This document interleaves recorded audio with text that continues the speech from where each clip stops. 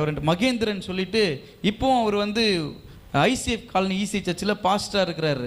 அவர் தென்னரசன் ஒரு அண்ணன், 2 பேர் தான் என்ன பண்ணுவாங்க, அந்த குப்பை தொட்டியிலேருந்து ஒரு நாள் ஒரு அண்ணனுக்கு உடம்பு சரியில்லைன்ட்டு இன்னொரு அண்ணன் கூட நான் போய் அந்த குப்பை வாரி போடலான்னும் போது என்னால் பக்கத்தில் போக முடியல. ஆனால் அந்த அண்ணன் அழகாக அப்படி பாயாசம் மாதிரி அள்ளி அப்படி போடுறாரு. புழு மிதந்துட்டு இருக்குது. அண்ணா என்னண்ணா இப்படி பண்ணிட்டு இருக்கிறீங்களேண்ணா? என்னப்பா அப்படின்னு, என்னண்ணா ஸ்மெல் அடிக்குது. நம்ம சாப்பிட்ற சாப்பாடு தான்ப்பா, எங்கெல்லாம் வேஸ்ட் பண்ணி கொட்டிட்டு போயிடுறாங்க. எல்லாருமே நம்ம யாருமே எடுக்கணும்னு விட்டுட்டுனா அது அங்கேருந்து ஆறி போயிடும். இந்த சாப்பாடு இல்லாமல் எத்தனை பேர் கஷ்டப்பட்டுன்னு இருக்கிறாங்க.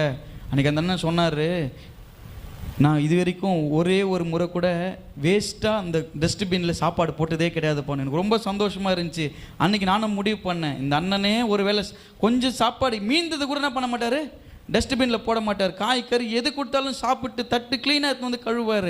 அப்போ அந்த அண்ணன் சொன்னார், இந்த சாப்பாடுலாம் அநேக பேர் செத்து கொண்டு இருக்கிறாங்க, ஆனால் கர்த்தனுக்கு என்ன பண்ணியிருக்கிறார்,